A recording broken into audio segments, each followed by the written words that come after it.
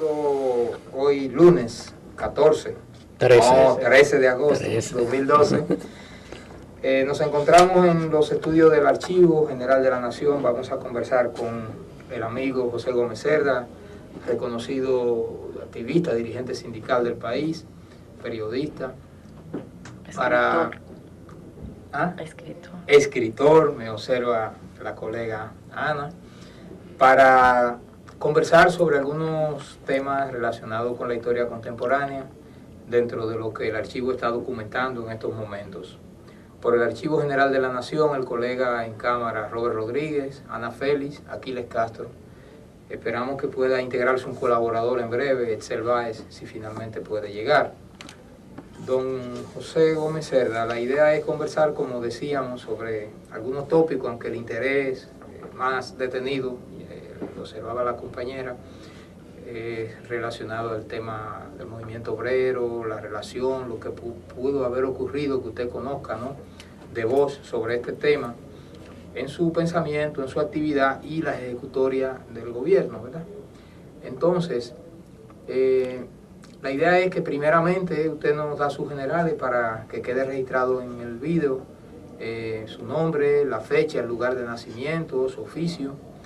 Y entonces hay una temática que nosotros queremos documentar relacionada con la campaña electoral, el gobierno de voz, el golpe de Estado, muy, ¿verdad?, esquemáticamente, lo que pudo haber sido su propia experiencia, y entonces que a partir de ahí podamos estar entonces abordando otros temas en relación con lo cual Ana va a ser incisiva para que logremos sacarle el máximo en lo que tiene que ver con el movimiento sindical, que es el interés especial de este encuentro.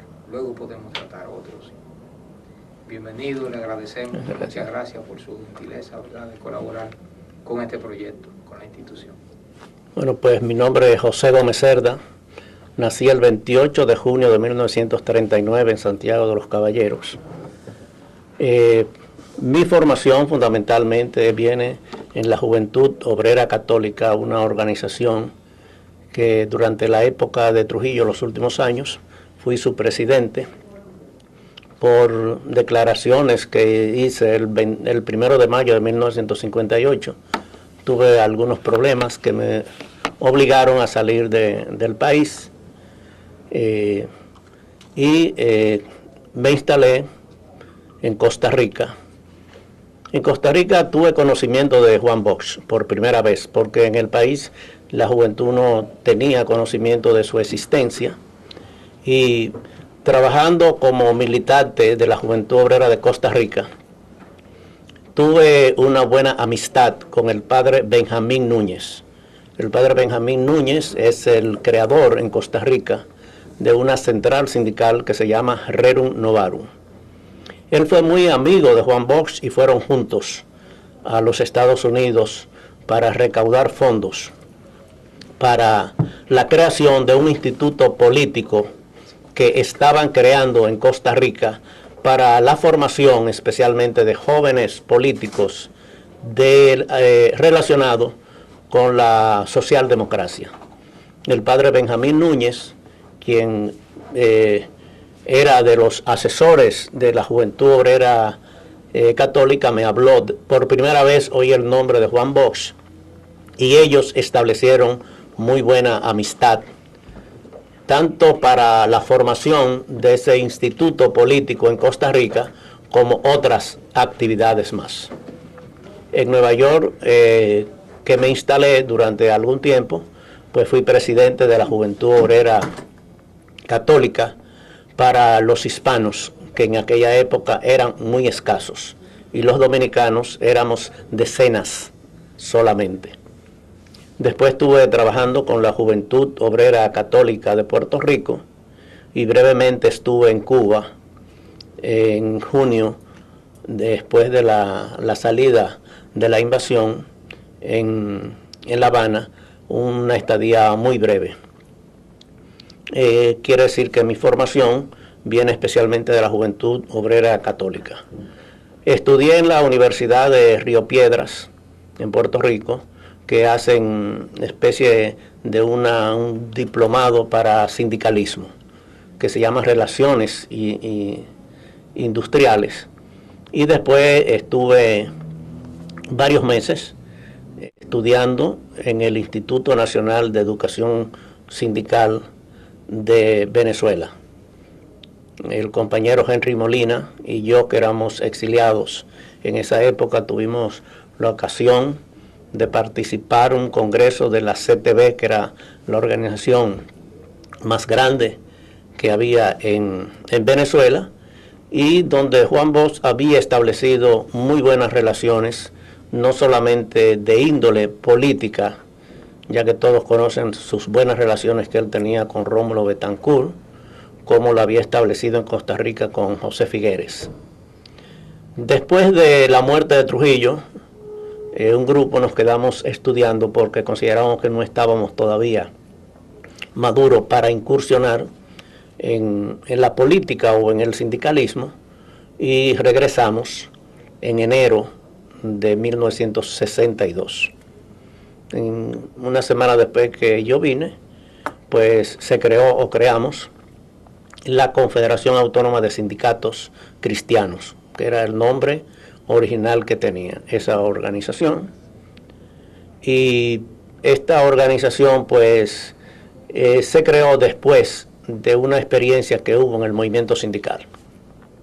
En la República Dominicana, en septiembre, se había formado el Frente Obrero Unido Pro Sindicato Autónomo, FOXA. Esa organización, que fue creada más bien por Unión Cívica Nacional, dentro de su composición tuvo muchas divisiones, y de septiembre a diciembre del 61 por lo menos se dividió en tres partes. La embajada norteamericana, a través de su agregado laboral Fred Somerford, crearon una organización que se llamó FOXA Libre. Después una organización que había llamado Central Sindical de Trabajadores Dominicanos, CECITRADO, se fundó con la FOXA y crearon FOXA CECITRADO, y otro grupo se quedó con el nombre de FOXA Libre. Quiere decir, cuando nosotros comenzamos en el año 62, ya existían tres grupos sindicales, y la CAS comenzó como una organización con otro estilo de sindicalismo, basado fundamentalmente en la educación, con una característica. ¿Quiénes crea usted, quiénes son los otros líderes que crean la CAS? Bueno, en la CAS estaba Jesús Caminero Morcelo, que fue el primer secretario general, estaba Henry Molina, Gabriel del Río, Porfirio Zarzuela y yo, de los que estamos mantuvimos más tiempo dentro de la Confederación. Una de las características que infundimos, y esto viene de la formación que teníamos en Venezuela existía dos organizaciones con las cuales trabajábamos. Uno era el Frente de Trabajadores Copellanos, así se llamaban, del partido Copey, y otro era CODESA, que era Sindicatos Autónomos. Nosotros preferimos trabajar como sindicato autónomo y no dependiente de un partido, porque eso le daba más autenticidad al movimiento. Y creamos dos principios fundamentales: era trabajar con autonomía, quiere decir, dirigido por nosotros mismos y con independencia, no depender de ningún partido, ni de gobierno, ni de patronos. Esta organización, pues en poco tiempo, pudo mantenerse como la primera organización sindical. Las primeras organizaciones que se afiliaron, o sea, el primer sindicato que se afilió era donde yo había trabajado en Santiago, en la industria farmacéutica. Hicimos un sindicato con mis antiguos compañeros de labores, pero después crecimos fundamentalmente en la zona de la industria azucarera. El movimiento sindical en todas partes del mundo, uno tiene que ver cómo está ubicado de acuerdo al desarrollo económico del país. Y en aquella época el desarrollo económico de la República Dominicana, estamos hablando en el 62, era el sector agrícola, quiere decir cacao, tabaco, café y azúcar, y dentro de ese sector la industria azucarera era lo fundamental. Por eso creamos dos organizaciones que durante muchos años fueron la fuerza del movimiento sindical. Uno era la Federación Nacional de Trabajadores de la Caña, FENTRACA, y otro era la Federación Dominicana de Ligas Agrarias Cristianas, FEDELAC, porque esos eran los dos sectores en aquella época de mayor fuerza, y eso hizo que la CAS fuera la organización mayoritaria por encima de muchos otros sectores que tenían más recursos económicos y más poder político que nosotros, que nunca tuvimos un poder político ni económico, sino tuvimos un poder social. En esa época, las discusiones ideológicas de nosotros con el PRD, exactamente, era con Ángel Miolán. Porque Ángel Miolán era, digamos, el cerebro.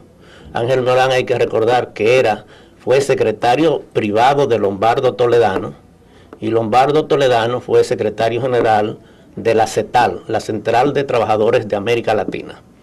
Y la idea de Ángel Miolán era crear un partido que fuera como el PRI de México y una central sindical como la CTM.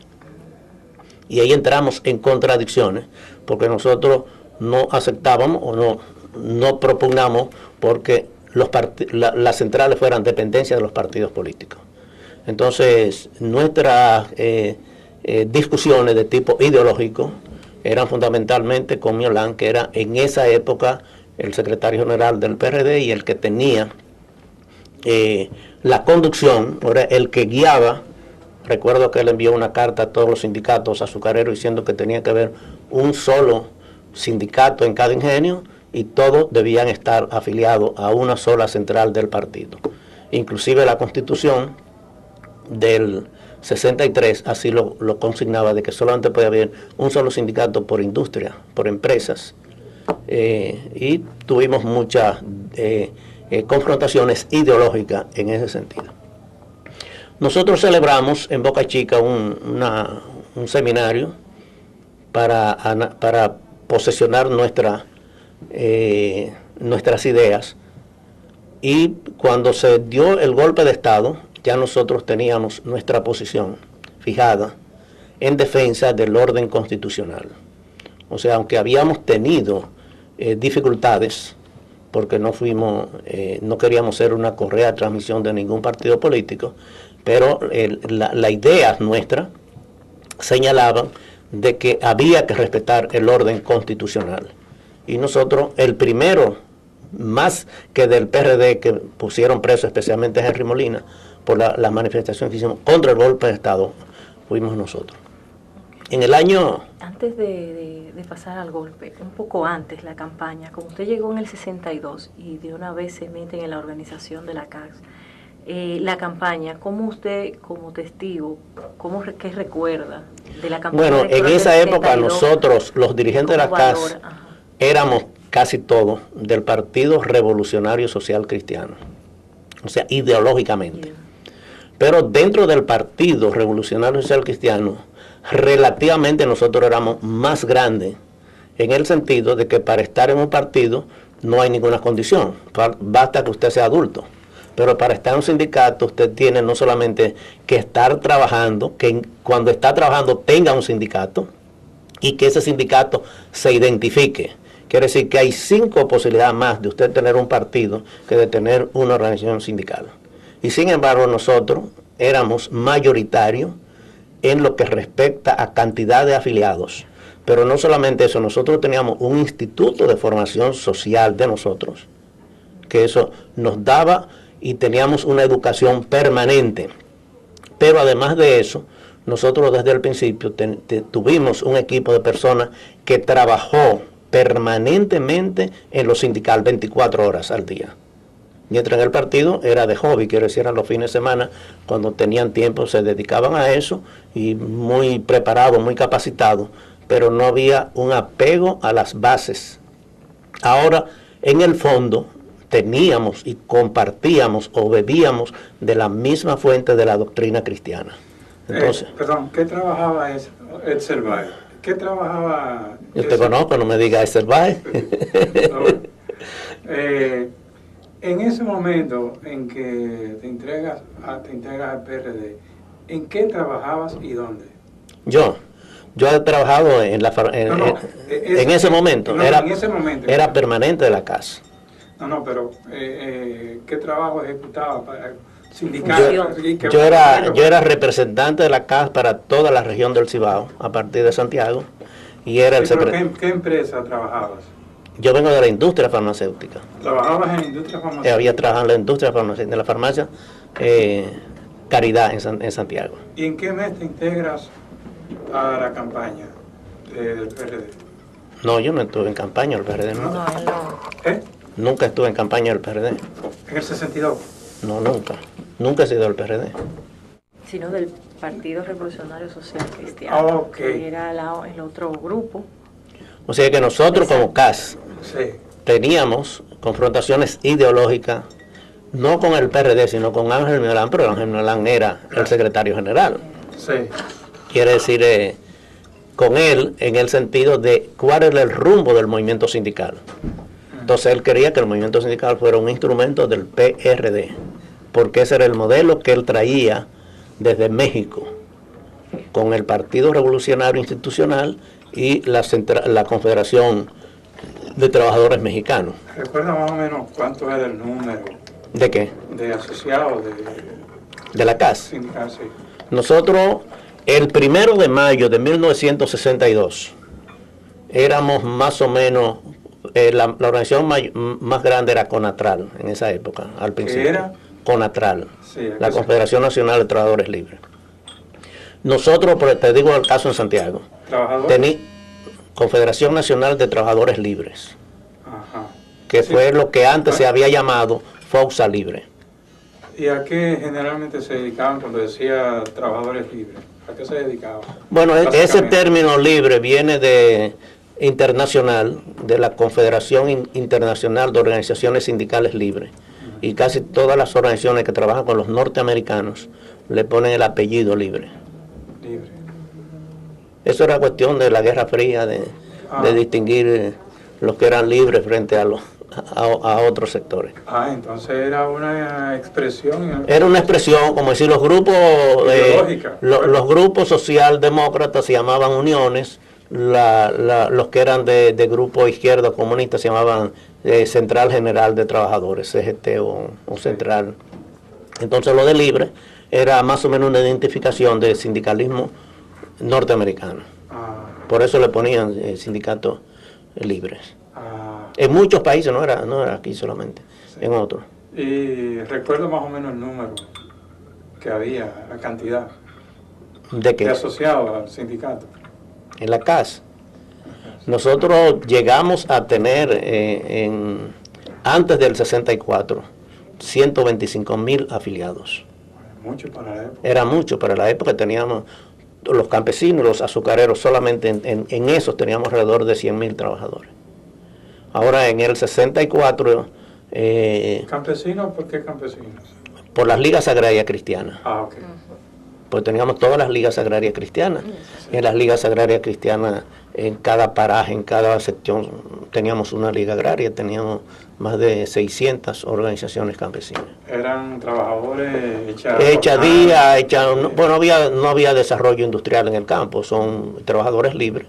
Y ahí estaba mezclado, o sea, las ligas agrarias eran un conjunto de asociaciones, cooperativas, juventud, mujeres, todo, por eso se llama una liga. Sí. Todo lo que estaba organizado en el campo, entonces componían. En Juan López, en Moca, fue que hicimos la primera liga agraria. ¿Y en qué año fue ese? Eso fue en el 62. Ajá. Y en el 60, nosotros hicimos el primer congreso de la CAS en octubre del 62, en Santiago, en la Hermandad Cigarrera. ¿Recuerda el día? En octubre, el mes de octubre, el 12 de octubre. Ahí estuvo participando Virgilio Mainardi Reina, que era el gobernador de Santiago y que conocía mucho del movimiento sindical, y tiró un discurso que nos asombró a todos porque nadie sabíamos que el gobernador sabía del movimiento sindical y él sabía todo, las cuestiones internacionales y todo eso. Y después, 2 meses después, en La Vega, en el local Madre y Maestra, hicimos entonces el primer congreso de campesinos. Interesante. ¿Fue el primer congreso de campesinos? Bueno, de la antes historia? de las ligas De agrarias. campesinos organizados. Antes de nosotros, el PRD había organizado las hermandades campesinas. Las hermandades campesinas son primeros que nosotros, pero eran organizaciones del PRD. ¿Y quién las había organizado? ¿Cómo? ¿Bajo qué liderazgo? ¿Bajo quién? Ángel Miolán. Bueno, Miolán era el cerebro para las cuestiones sociales y sindicales del PRD en esa época. Y era la mano derecha de Juan Bosch durante su gobierno. Es como decir Albuquerque ahora, que es la mano derecha para todas las cuestiones sociales. En aquella época, Miolán era el hombre para todas las cosas de tipo sociales. Pero decía Excel que si había sido el primer congreso organizado de los campesinos de FEDELAR. De FEDELAR, sí. Ustedes. La Hermandad Cigarrera hizo... ¿De dónde fue que se realizó? ¿En qué local? En el local Madre y Maestra de La Vega. Madre y Maestra. Madre y Maestra, es un local de la iglesia que estaba recién inaugurado. ¿Eso quedaba en qué calle, recuerda? Era en el centro, es un centro que todavía existe, en La Vega. Okay. Se llama así mismo. De la iglesia, sí. Madre y Maestra. Sí. Bueno, entonces, bueno, en el 60 y después del golpe de Estado. Y durante el gobierno, la ejecutoria del 63, el gobierno 63, ¿cómo es la relación de ustedes, de las casas organizadas, con el gobierno? Con el gobierno bien, las relaciones fueron bien, porque compartíamos mucho en la parte laboral de las modificaciones que se hicieron a la Constitución.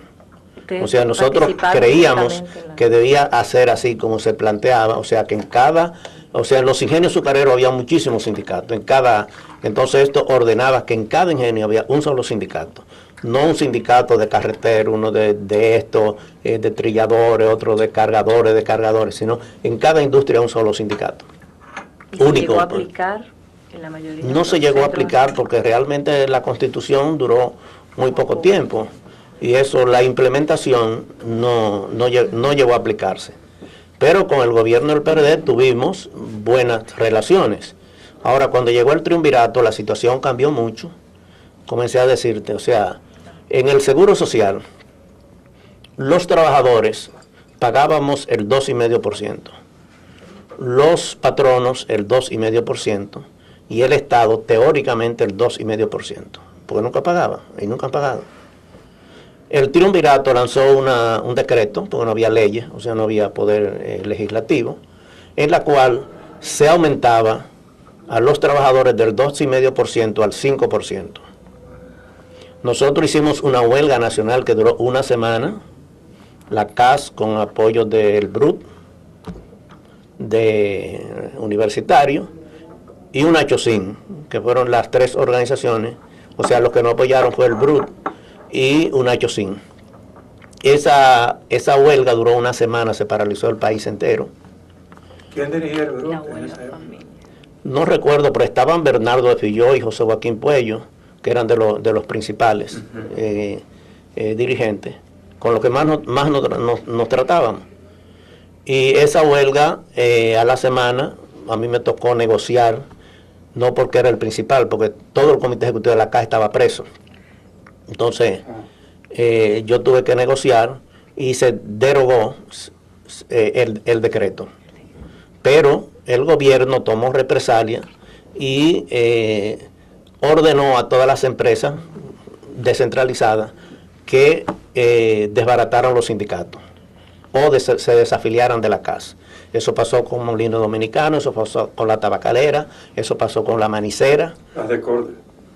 Que se desafiliaran de la CAS. Sí. O sea, en condición porque declararon la huelga ilegal. Entonces, Monseñor Flores, que cuando eso estaba, salió en defensa nuestro, y Rafael Herrera, que eran, digamos, en aquella época dos personalidades, mediadores en todo esto, no tomaron represalia con nosotros, pero sí con los sindicatos. Y eso nos hizo perder. De 125,000 que teníamos, nos quedamos en alrededor de 62,000. Porque fueron todos sindicatos azucareros o de empresas ligadas al Estado, pero el sector privado, por ejemplo, donde Bermúdez, que teníamos sindicatos, o en otras empresas, entonces aprovecharon eso y nos desmantelaron. Nos desmantelaron, quiere decir, nos desafiliaron los grandes sindicatos que nosotros teníamos. En el año 65, cuando la intervención norteamericana, yo no voy a contar los datos que todo el mundo lo sabe, el jefe de la delegación de la OEA que vino a la República Dominicana, la primera misión que vino ya con los norteamericanos aquí, era un chileno, se llama Alejandro Mañé. Alejandro Mañé presidía la delegación de la OEA que vinieron para ver. A él le extrañó que la Confederación de Sindicatos Cristianos estuviera apoyando el movimiento constitucional, porque lo que se decía afuera es que era una lucha de comunista y anticomunista. Entonces se suponía que los comunistas estaban en el movimiento constitucional, pero se suponía que los cristianos estaban en el otro lado. Entonces cuando Alejandro Mañé se reunió con nosotros habíamos creado un comando armado sindical cristiano con el nombre de CAS, en la Pablo Hincado, y dormíamos en el Hotel Europa. Y él se extrañó. ¿El Hotel Europa que queda en Pablo Hincado? Bueno, donde está el edificio cero, el kilómetro cero, sí. El edificio ese que está en la San Martín con Mercedes.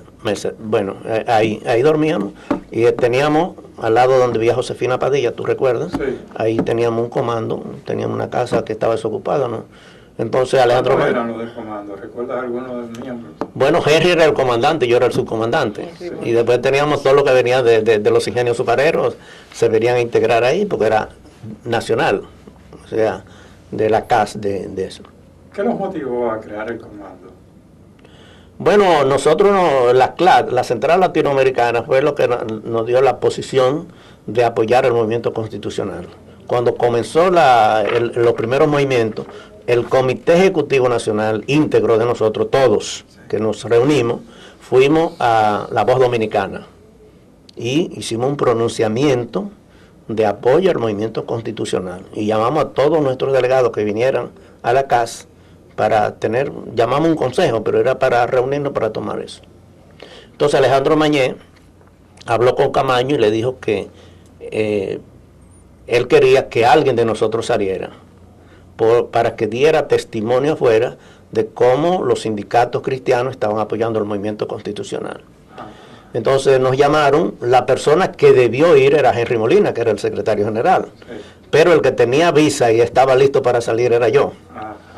Entonces Camaño me designó y Alejandro Mañé le explicó a Camaño que los 3 países que se habían portado mejor en esa situación eran México, Chile y Venezuela. Hay que recordar que en el 62 Argentina, Brasil y la mayoría de los países eran militares. Entonces México, Chile y Venezuela fueron los que plantearon en la OEA que ellos no intervenían en el caso dominicano ni eran parte de la Fuerza Interamericana de Paz y que respetaban la soberanía del país. ¿Qué edad tenías? ¿Quién? Tú. ¿Tenía en aquella época? Sí. 20 y pico. 65. Muchachito. Éramos muchachitos.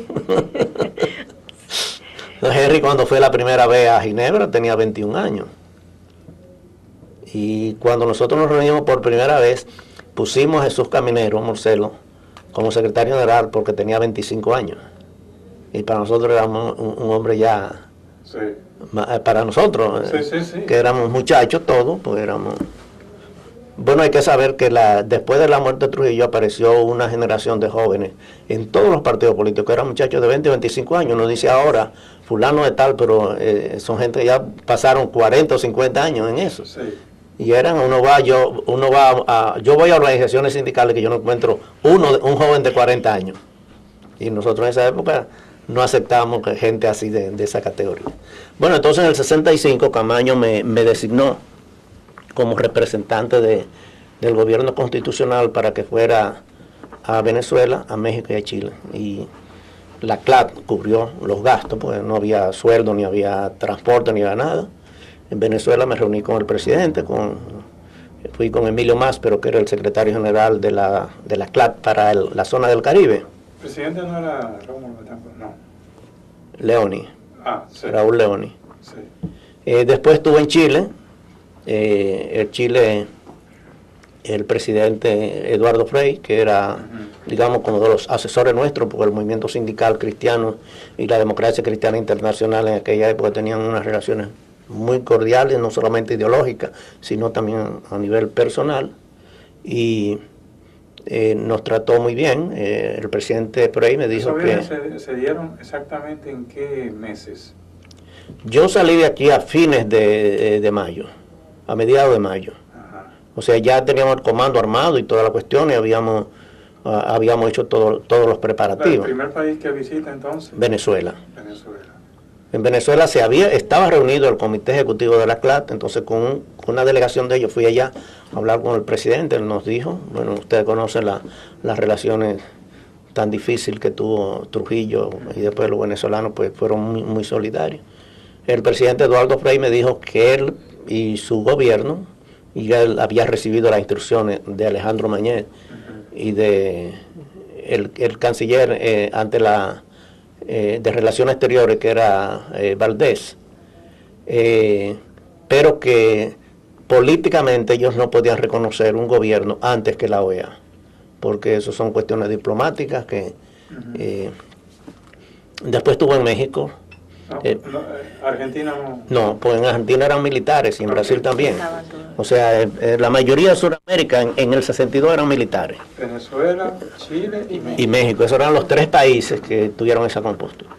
En México, bueno, no vi personas como en Venezuela, que fue a nivel de presidente, porque no teníamos relaciones a ese nivel, sino más bien en México la sede era la sede de la Federación Campesina Latinoamericana, FCL, y fue a través de ello que yo pudimos hacer. Estando en México hicimos una rueda de prensa y un periodista me hizo la siguiente pregunta: ¿por qué cuando comenzó la revolución el coronel Domínguez Fernández estaba en Chile, Juan Bosch estaba en Puerto Rico, y a Domínguez Fernández lo mataron en Santo Domingo y Juan Bosch no fue? Eso fue más o menos, yo tengo ahí por escrito las declaraciones, esa es la pregunta. Mi respuesta fue que Juan Bosch era prácticamente un prisionero de los Estados Unidos en Puerto Rico. Yo di esa declaración en México, pero yo no sabía que eso había trascendido y que lo habían publicado en Puerto Rico en primera página. Y los periodistas hicieron un editorial en el periódico La Prensa, está ahí escrito el editorial. Entonces los puertorriqueños como que se sintieron ofendidos de que dijeran que Bosch era un prisionero de los Estados Unidos en Puerto Rico. Y le hicieron la pregunta a Juan Bosch, y Juan Bosch lo que dijo, si él lo dijo, que él lo explique, yo no he dicho nada, yo no tengo que responder a eso. Entonces, yo fui a Puerto Rico después. Yo fui a los Estados Unidos, y un señor que se llama Donahue, que había sido el que relacionó a Fidel Castro cuando Fidel Castro fue a Nueva York después de ser presidente, él me hizo un programa para visitar varias personalidades políticas, y dentro de ello me incluyó una reunión en el Departamento de Estado. La persona que hizo los contactos, yo me reuní con Antonio Rosario, que había sido nombrado embajador ante la OEA, pero estaba en Washington, pero no había podido tomar posesión, porque no pudo tomar posesión, pues la gente del gobierno constitucional nunca tomaron posesión, pues no fueron oficialmente reconocidos. Con un periodista, y fui al Departamento de Estado. Me recibió el señor Montenegro, descendiente de nicaragüense, habla español perfecto, y él me enseñó un cuarto como 3 veces más que esto de República Dominicana, en la cual estaban todos los archivos, más que el archivo que estamos, papelitos, documentos, volantes, todas esas cuestiones. Entonces él me dijo muchas cosas, y después me había dicho que el programa íbamos a hablar hasta la 1, después íbamos a almorzar, y a la tarde él me iba a hacer un paseo por Washington, que sé eso. Entonces él me dijo que él me había dicho todo, que yo le dijera ahora a él lo que... Y yo lo que le di fue un documento que nosotros habíamos hecho. Cuando él lo vio, lo primero que me dijo, el almuerzo queda suspendido. Y me dijo, ¿cómo usted se atreve a venir al Departamento de Estado a decir que ustedes están contra la intervención norteamericana y que apoyan el movimiento constitucional? Bueno, me votó. Yo cogí miedo y me fui a Nueva York en el primer de esos vuelos que son cada media hora de Washington a Nueva York. Y entonces me fui a Puerto Rico, porque en Puerto Rico yo antes había trabajado con la Juventud Obrera Cristiana. El asesor mío de Puerto Rico, que era el padre Salvador Freicedo, me dijo que yo había cometido un error de dar unas declaraciones sobre Puerto Rico e irme a Puerto Rico, pero yo no sabía que había salido las publicaciones. Entonces tuve un almuerzo con Juan Bosch, que es lo que relato en un artículo último que escribí, Conversaciones con Juan Bosch. Esa conversación estaba el ingeniero Caonabo Javier Castillo y Jacobo Magluta, Juan Bosch, doña Carmen y yo. Y él y yo habíamos hablado antes sobre el padre Benjamín Núñez de Costa Rica, que habían sido muy buenos amigos. Y después yo le di un informe, porque fuimos muy temprano, a las 10 de la mañana, íbamos a pasar el día, incluyendo el almuerzo. Entonces yo le di un informe detallado a él de lo que había hecho en Venezuela, lo que había hecho en Chile, lo que había hecho en México, lo que había hecho en Washington. Milton Mesina, que lo vi en Washington, que trabajaba como funcionario del Banco Interamericano de Desarrollo, le mandó $1,000 a Bosch conmigo, y yo se lo entregué. Cuando estábamos hablando, ya en el almuerzo, teníamos ya más de 2 horas hablando, hubo una llamada telefónica y doña Carmen fue a coger el teléfono, después lo llamó a él y ellos duraron como 15 minutos. Nosotros, bueno, seguimos. Cuando él vino para allá, ustedes conocen el carácter que tenía Juan Bosch, no era fácil. Vino colorado, como nosotros decimos. Entonces él nos dijo, en estos momentos, 22 de junio, un avión está saliendo de Nueva York a Santo Domingo y lleva a Joaquín Balaguer. Eso quiere decir que los americanos van a propiciar elecciones y que en esas elecciones Juan Bosch va a ser el rebelde y Joaquín, él decía Joaquín, y Joaquín va a ser el pacificador. Quiere decir, unas elecciones entre un revolucionario y un pacificador.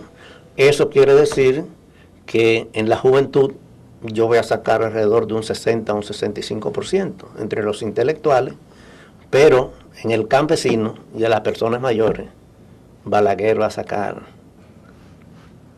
más del 60%. Y así fue. Tal como él nos dijo en ese almuerzo, así fueron las elecciones, salvo 2 excepciones. En Ciudad Nueva, que era donde estaba la revolución, ahí ganó Balaguer. Y en San Isidro, donde estaban los bombardeadores y todo eso, ahí ganó Juan Bosch. Un momento, ¿cómo es eso? Bueno, la gente que estaba en la revolución en el 65 no vivían ahí. Ok. O sea, la gente que estaba en Ciudad Nueva, cuando vino el día de las elecciones, no eran los revolucionarios que estaban peleando, que vinieron gente de Barahona, de Santiago, de todas esas partes, vivían fuera y se fueron a poner ahí. Y en San Isidro, entonces esos aviadores, o militares o generales, no viven en San Isidro, viven en otro sitio. Cuando vino las elecciones, entonces Balaguer ganó en Ciudad Nueva y Bosch ganó en San Isidro. Qué ironía. Es una ironía, pero es una cosa así. Bueno, nosotros apoyamos en el movimiento constitucional. Eso dio como resultado que después de las elecciones, durante la intervención CONATRAL, ellos hablaron por La Voz de las Américas, que era una emisora de los Estados Unidos. Ellos apoyaron el golpe de Estado, apoyaron la intervención, mejor dicho, de los norteamericanos, y nosotros apoyamos el movimiento constitucional. Después que terminó la revolución, CONATRAL desapareció, porque los trabajadores le perdieron la confianza y le perdieron todo el respeto. Y fue una organización que desapareció en menos de un año. Y nosotros nos quedamos y nos fortalecimos bastante de eso después de, no porque habíamos estado en la revolución, sino por el lucho que hicimos. En la revolución, los grupos que participábamos, estaba la CAS, estaba Fosa de Citrado, estaba Unachocín y Poasi. Esos eran los grupos sindicales. Nosotros teníamos un programa que se llamaba Justicia Social, que lo hacíamos la CAS y Fosa de Citrado, y transmitíamos diariamente un programa que lo hacíamos en conjunto. Naturalmente ustedes saben que los programas en aquella época de La Voz Dominicana en la zona constitucionalista era para la capital, esas emisoras no llegaban ninguna fuera de la capital. ¿A relacionarse con vos allá en Puerto Rico? En Puerto Rico no. No, ok. O sea, yo estaba en Puerto Rico y Henry Molina tenía una novia que después fue su esposa que trabajaba en Dominicana. Entonces ella iba diariamente a Puerto Rico, en Dominicana, y nos intercambiábamos información a través de ella. Entonces un día yo decidí venir, se lo comuniqué a Henry Molina solamente, y cuando llegué al aeropuerto, el general López Murillo, que era el que estaba de ahí, a todos los que estábamos ahí se paró y dice, ¿quién es José Gómez? Entonces yo, bueno, yo me quedé así, pero volvió y lo dijo. Entonces me dice, venga. Y yo a una señora que está ahí le dije, mira, llama a este teléfono y pasarlo. Entonces, cuando fui, el jefe de migración me dice, señor Gómez, me acaban de llamar ahora mismo y mi chofer está a su disposición para llevarlo donde usted quiera. Y yo, me van a montar un avión, me van a montar un carro y me van a meter, que sé yo qué. Entonces era que Henry Molina había llamado y fingiendo la voz del nuncio apostólico, le dijo que yo era un personaje importante y que venía a resolver el problema dominicano. Y me recibieron con bombos y platillos. Eso nunca sale en los documentos. Bueno, con Juan Bosch, después del 65, tuve varias reuniones personales. Una, fundamentalmente, él quería, me había mandado a buscar porque él quería relatarme. Yo había escrito un libro sobre historia dominicana, y me dijo que había un capítulo que yo no conocía, que él quería explicarme. Y él me explicó que él había ido en barco a Bélgica, a Bruselas, para participar en un congreso de la organización, de la Confederación Internacional de Organizaciones Sindicales Libres, que tenía como tema, propuesto por la CTB de Venezuela, hacer un boicot contra Trujillo. Entonces él me dio los datos. Él me dijo que fue en barco, que fue a ese evento, que lo invitaron dirigentes de ADECOS, de Acción Democrática de Venezuela, y dirigentes de la CTB de Venezuela, que eran ADECOS. Y Bosch había tenido muy buenas relaciones con Rómulo Betancourt y con la gente de ADECOS. Entonces tuvimos un día para él relatarme ese viaje que tuvo. Después de otra conversación importante que tuvimos, él había sido o fue amigo del padre Benjamín Núñez de Costa Rica. Y el padre Benjamín Núñez le había explicado a él un método de organización que a él se le había olvidado, Juan Bosch, cómo era el método. Entonces él me llamó para que yo les recordara, porque no es un método del padre Benjamín Núñez, sino de la Juventud Obrera Cristiana a nivel internacional, que es un método que consiste en lo que se llama la trilogía de ver, juzgar y actuar, y la formación de círculo de estudios y la revisión de vida. Entonces él me dijo que él quería, porque el padre Benjamín Núñez le había explicado ese método, pero a él se le había olvidado cómo era el método. Pues cuando él vivió en Costa Rica, y él ayudó, o hicieron los dos, el Instituto Político de Costa Rica, que fue un instituto internacional, donde fueron mucha gente, del PRD especialmente, en la primera, en el 62, 60, la década del 60 hasta el 70.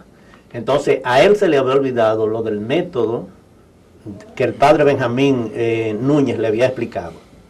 Y él se interesó mucho en cómo eran los círculos de estudio y cómo era lo de revisión de vida. ¿En qué año le pidió esa aclaración a usted? Eso sería como en el 69 más o menos. 69. Entonces él me dijo, o sea, un día nos encontramos en una exposición de pintura de una muchacha amiga mía que ella le había invitado a él. Y él fue allá, entonces estuvimos compartiendo. Ese día él se interesaba en hablar con el secretario general del sindicato telefónico, porque él quería hablar con él para ver si él sabía cómo estaban detectando las llamadas telefónicas. Es una cosa interna entre ellos y Juan, que era el secretario general de Telefónico de esa época, pues le explicó técnicamente algunas cosas. Ellos dos hablaron aparte, pero Juan me dijo que era para eso. ¿Cómo le cogían la llamada? Ajá. Tema tuyo. Y entonces él me dijo ahí, José, dentro de 2 o 3 semanas yo te voy a llamar para que tú me expliques bien un método que el padre Benjamín Núñez me explicó, pero que a mí o sea, no se recordaba exactamente, porque el padre trabajaba con eso, y la organización que él creó, que se llama Rerum Novarum, todavía existe en Costa Rica, y él fue que implantó ese método dentro de eso. Eso fueron de las cosas. De los jesuitas. Sí, Sí. Ah. Benjamín Núñez se llama. Y es conocido porque creo que llegó hasta ser ministro de Trabajo, pues, uno de esos curas que se meten en las cosas sociales, además de los religiosos, y tenía una formación, un hombre extraordinario. Y él y Bosch fue que crearon esas escuelas políticas en Venezuela. Yo había visto cuando estaba exiliado allá, en las escuelas, en el 4º año, el libro que daban es un libro escrito por Juan Bosch sobre la historia de Bolívar. Que aquí son cosas que aquí no se conocían mucho. Yo recuerdo una vez en Argentina que vi yo de cultura, que hizo un libro sobre Pedro Enrique Ureña, que aquí nunca se conoció, y ellos lo hicieron como una gran obra, porque había muchos escritores muy famosos que habían sido discípulos de Pedro Enrique Ureña, y con Bosch pasó lo mismo, de que él fue profesor de una generación casi que no se conoció aquí, porque tanto lo de Puerto Rico con Hostos se conocía mucho, pero el trabajo de Bosch político y social en Costa Rica y en Venezuela, no, la gente exiliada que habían ahí eran muy pocos.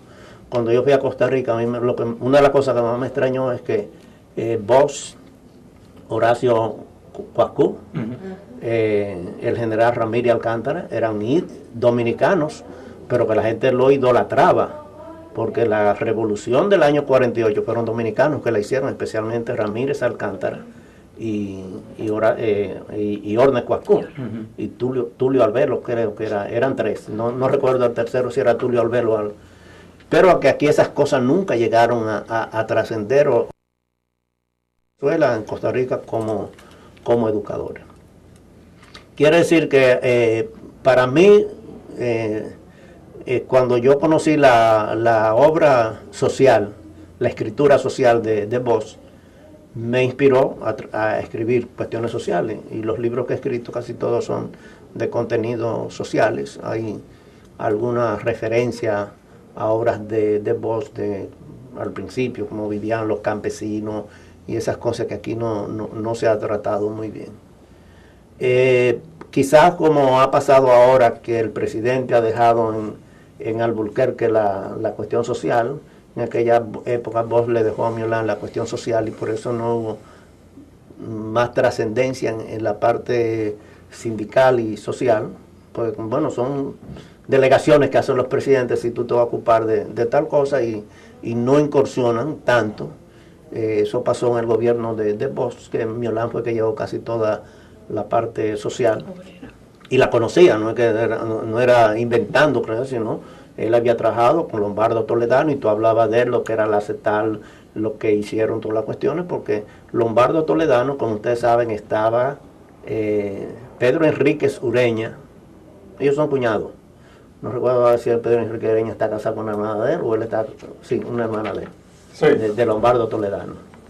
Quiere decir que Lombardo Toledano tenía una afinidad con los dominicanos, y especialmente con Ángel Miolán, que no la tuvieron muchos dominicanos, porque Lombardo Toledano era un hombre contra Trujillo. Pero cuando hubo un espacio que la CETAL pudo venir en el año 46, el ideólogo, en el año 46, aquí vinieron una delegación de sindicatos, Sí. que fue cuando se crearon las bases que surgió Mauricio Báez. ¿Qué es la CETAL? La CETAL es la Central de Trabajadores de América Latina. Entonces, el presidente de la CETAL era Lombardo Toledano. Pero Lombardo Toledano fue el creador de la Confederación de Trabajadores Mexicanos, que era un 98% de todos los trabajadores que tenían. Quiere decir que no estamos hablando de un sindicalista, además un intelectual. De los 10 intelectuales de México, uno era Lombardo Toledano. Quiere decir que no era un obrero, como decía Mauricio Báez, era no porque fuera dominicano, sino un obrero, pero no era un intelectual como... Entonces Miolán tenía todas estas ideas, cuando él vino, de hacer un partido como el Partido Revolucionario Institucional y una central como la Central de Trabajadores Mexicanos, que era lo que había.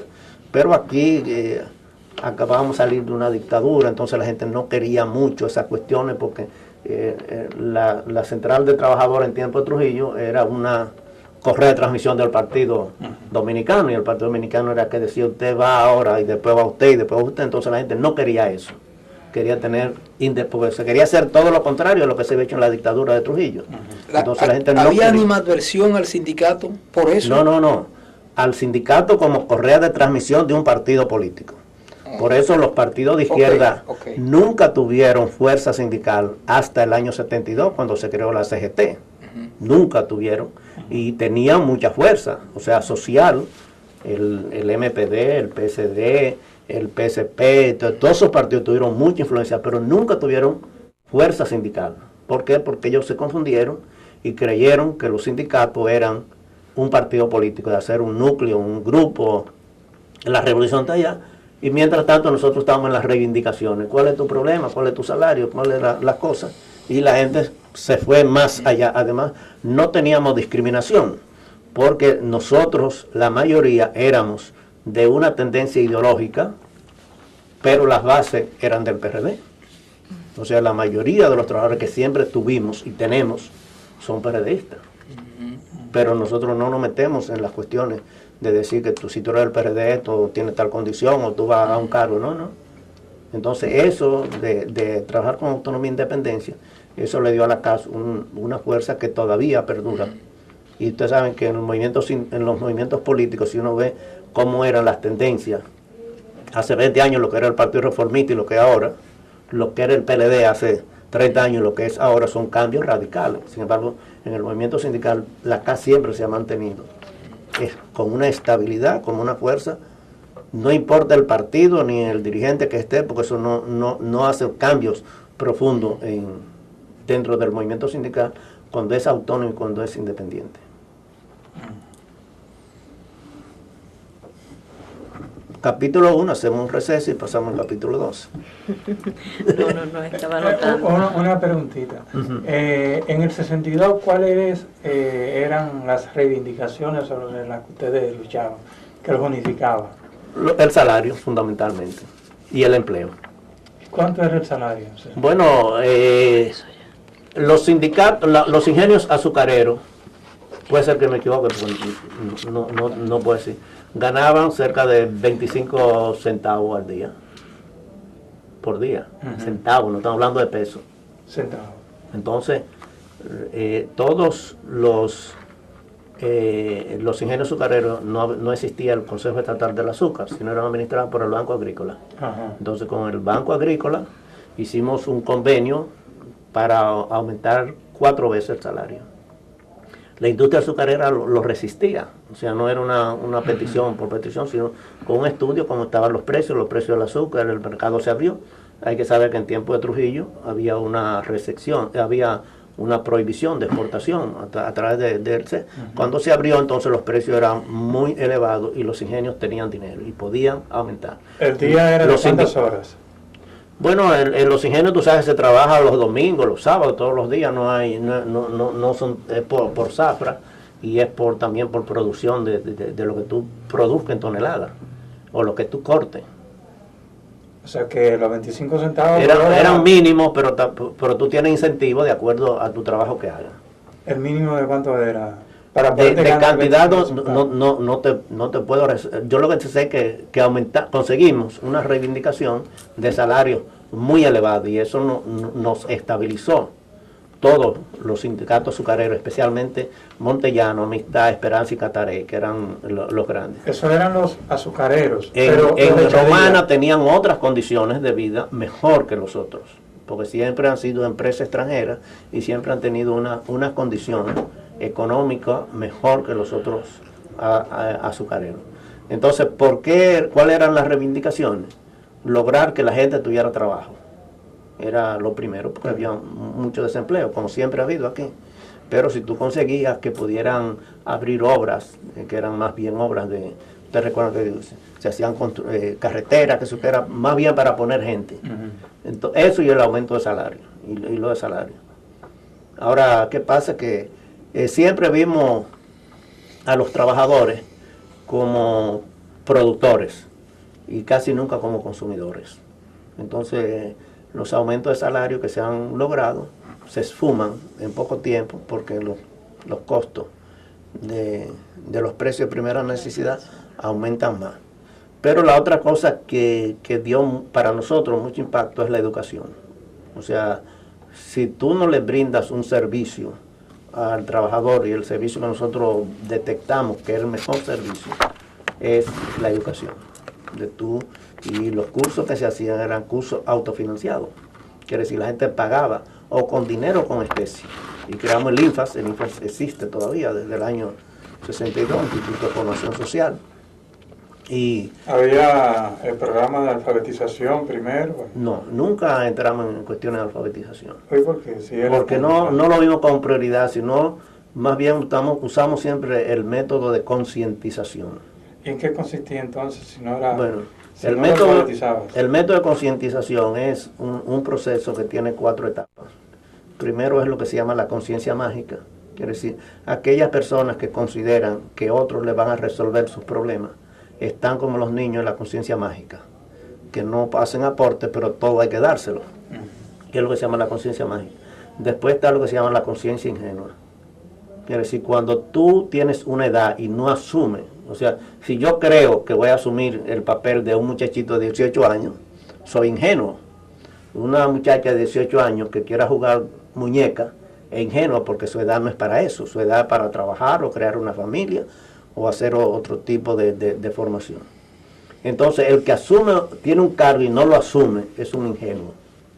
Después hay lo que se llama la conciencia crítica, quiere decir, cuando tú vas a las raíces de cómo son los problemas, y tú ves la conciencia, tiene la conciencia crítica, quiere decir, de tú ver no lo que está pasando, sino la raíz de lo que nace. Pero la conciencia crítica nace con la autocrítica. Si tú no eres capaz de autocriticarte, tú no tienes autoridad para criticar a la sociedad ni criticar a nadie. Entonces, un método que te enseña a la autocrítica, a mejorar, como decimos los cristianos, a enmendarnos, a corregir, no lo que dicen ahora corregirlo, sino corregir las cosas que tú estás haciendo. Y después, el grado más elevado es la conciencia política. No es partidarismo. O sea, nosotros estamos acostumbrados a decir, concientízamela a ella. ¿Y qué quiere decir concientízamela a ella? Quiere decir, llévala al plano mío. Entonces ya está concientizada. O llévala al plano mío. Pero la conciencia política es cuando nosotros entendemos que los problemas nuestros tenemos que resolver nosotros mismos. No es el partido, no es el gobierno, no es fulano de tal, sino cada uno de nosotros. Entonces, este método de concientización es el que nosotros utilizamos, más que alfabetización. Porque el problema no está en saber leer o escribir, sino en tener una conciencia crítica y una conciencia política. Y eso es lo que siempre, es un método de Pablo Freire, no es un método propio nuestro. Aquí nosotros nos reunimos una vez que él vino clandestinamente o pero no vino público. ¿En Y qué duramos, No sabía, debía estar doctor. eso hace mucho. Él vino aquí, estuvo en la Casa Manresa, y ahí nos reunimos con él. Y a partir de ahí usamos este método de la concientización. Entonces, que dice que el problema es que la gente sepa juntar las letras y escribir. Ahí no está, sino en tomar conciencia crítica y política de la situación. Y la mayoría de los trabajadores están en la conciencia ingenua y en la conciencia mágica, que creen que el gobierno le va a resolver todo, que fulano le va a dar todo, que como están ahora que hay más sombrero que cabeza, o más cabeza que sombrero. Y Bueno, lo que hay es visera. Sí. bueno. Gómez Cerda, ¿y cómo evoluciona un poco? Vamos a trasladarnos a la década del 70, que se abren otros frentes sindicales. Sí. Y ustedes mismos, como la CAS, ¿cómo evoluciona un contexto, en ese contexto político todavía de los 12 Bueno, años de yo Balaguer y de la le expliqué división a del usted. PRD? Un poco, ¿cuál es su opinión? ¿Qué conocen ustedes de ese, cómo evolucionó el tema obrero en Juan Bosch, esa división del PRD? Y ustedes mismos, la CAS, relacionándose con otras. Bueno, La yo crearon. era secretario general de la CAS, que Juan Bosch nos invitó a una reunión para formar un frente, que me extrañó que al otro día él creó el PLD. ¿Le invitó a una reunión en qué época, en qué año? El día antes de formar el PLD. En el Y se El 73, día antes. en 1973.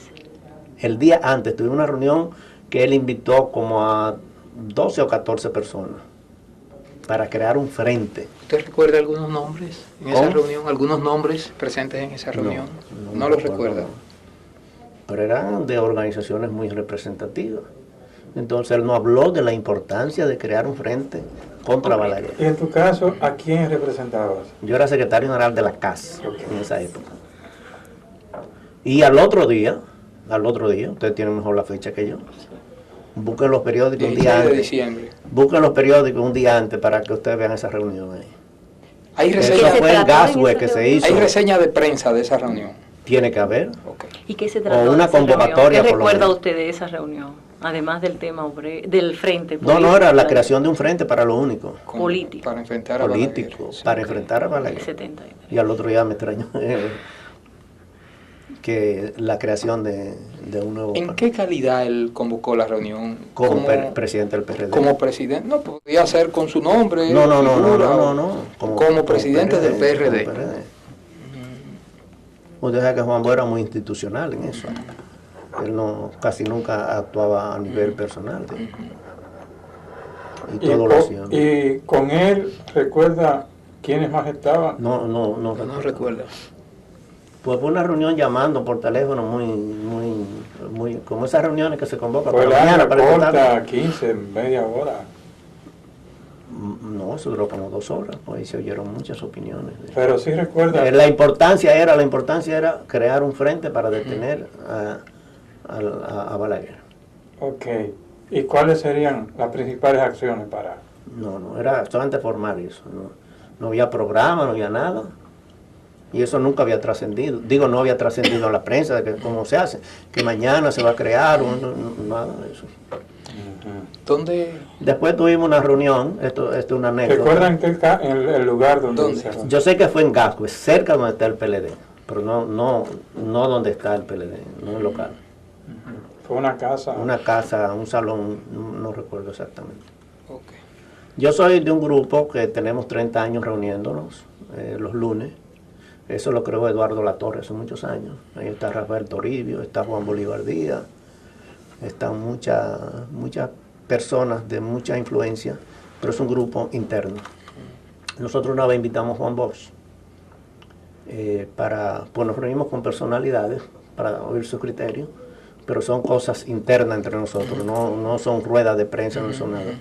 Y aunque hay periodistas como Juan Bolívar y está Fausto Rosario y otros más, ellos saben que no es una nota para él. Nosotros tuvimos una conversación con Juan Bosch muy amena, y cuando íbamos a terminar, un médico, apellido Aristi, que trabaja en televisión ahora, tiene un programa de televisión, él era columnista del periódico El Sol, y él le dijo a Juan Bosch, profesor, todo lo que usted ha hablado esta noche, mañana va a salir en un artículo que yo escribí que coinciden totalmente con eso. Juan Bosch se paró rabioso. Nos dijo de todo, que éramos unos charlatanes, que éramos unos sinvergüenza. Y Eduardo Latorre decía, y este señor que vino con este otro charlatán, a Rafael Dorillo, me dijeron que era una reunión interna entre nosotros. Ahora viene este vagabundo a decir que eso va a salir mañana. Así mismo, en eso está. Así mismo. Bueno, y se fue. ¿En qué año fue eso? Eso, el año no te puedo decir. Entonces, bueno, nosotros nos quedamos sorprendidos porque él entendió que era que el hombre estaba, pero si tú estamos a las 12 de la noche, tú no puedes decir que va a salir ya en el periódico El Sol al otro día, una cosa, pero entonces, como a los 3 meses volvimos a reunirnos en la casa de Selman. Con él. Selman le sirvió de mediador, se le explicó y en su casa con todas sus decoraciones que tenía Selman y qué sé yo qué. Y lo primero que no me arrepiento de lo que le dije la última vez.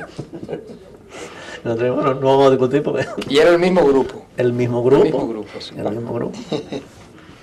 Pero él tenía su rabiaca, que no era fácil. Cuando... Digo, porque ahora uno dice las cosas, claro, bueno solamente, pero el artículo que yo escribí último, las veces que yo hablé con vos, digo, a mí hay 2 o 3 personas que me han impresionado porque Juan Bosch tenía una mirada penetrante. No era una persona indiferente que tú hablas con él, porque él te miraba a los ojos. Y tú no podías estar como mucha gente que están hablando, como ahora que tú entras a una reunión y llegas con el celular, sí, dime, ven, que sé qué, que sé cuánto. Una conversación era una conversación. Era un intercambio. Y era impresionante porque tenía unos ojos muy penetrantes. Hay gente que tiene una mirada como pasajera, que dicen, no me está viendo. Y la gente ahora en las conversaciones, tú estás hablando con uno y todo en un celular, de las llamadas que salieron. Por ejemplo, Peña Gómez era así, Peña Gómez, tú estás hablando con él. Sí, era una llamada, esto es, y atendía 7 cosas a la vez. Él hablaba con una persona, hablaba con una persona. Y se detenía y te escuchaba. Ahora, todo lo que tú decías, el primero te decía, no. Aunque después entonces daba una charla, te daba una explicación, aunque terminara con lo que tú dijiste, pero nunca te decía al principio, sí, eso es así, no. Sino, como el presidente ahora, Leonel es así, o sea, él te daba cualquier cosa y te da una charla sobre eso, una clase universitaria. En eso son discípulos de... Hay otra gente que tú le haces, sí, no, pero... Y Juan Bosch, su honestidad como intelectual y como político es una cosa que uno tiene que tomarlo muy en cuenta para de cosas. Como todos los humanos, era su rabiaca le daba. Pero es raro ahora encontrar la honestidad de políticos que teniendo poder y pudiendo tener todo a su alcance, viven modestamente. No es que tengan una casa modesta, que no andan con las lujosidades de ahora, que uno ve un político cualquiera y andan con franqueadores, andan con esto, andan con todos esos aparatajes que hay. Yo cuando lo vi en Puerto Rico, él vivía en la casa de Diego Bordas, que era una casa más o menos cómoda, y las veces que vivió aquí, bueno, todo el mundo lo conoce, él nunca vivió en cuestiones de lujo, ni como un hombre público tiene que tener un guardaespaldas, un ayudante o lo que sea, pero no esas cosas que uno ve con un político cualquiera aquí que de una vez tiene tanta ostentación que tienen que llevar la familia a dar viajes y que se operen. Hay contradicciones, usted recuerda la contradicción de la discusión del Láutico García y Juan Bosch, que la discusión estaba fundamentalmente que el Láutico le había dicho que él era comunista y él quería demostrar, o demostró, que no lo era. Y después él acusaba al Láutico que el Láutico era franquista. Después se cambiaron todos los papeles, Juan Bosch se fue para Francia, para España, y Láutico, que le había dicho que él era comunista, entonces lo defendía, que no, que él era cuestiones así. Entonces, la política da muchos cambios, pero Juan Bosch en su esa vida entrevista, intelectual y en su vida política ha sido un modelo para... Y nosotros, yo siempre he dicho lo siguiente, nosotros tuvimos una época de oro, de tener vivo, con poder, a Bosch, Balaguer y Peña Gómez. Y si esas tres gentes se hubieran unificado, el país fuera otro. Lamentablemente tenían posiciones que venían de lejos, de todas esas cuestiones, pero nosotros nunca hemos tenido en la historia tres personajes, como los griegos cuando tuvieron a Sócrates, Aristóteles y Platón juntos, uno discípulo de otro y cuestiones. Eso nunca se ha vuelto a dar en la vida, tres hombres tan inteligentes en una misma generación. Y nosotros, aunque en un nivel más bajo, tener tres políticos de la talla de Bosch, Balaguer y Peña Gómez en una misma época. Y si hubiera habido cierta coherencia de trabajo de ellos, nuestro país estuviera muy, muy adelantado. Porque eran tres talentos de personas con diferentes estilos, pero con voluntad de hacerse.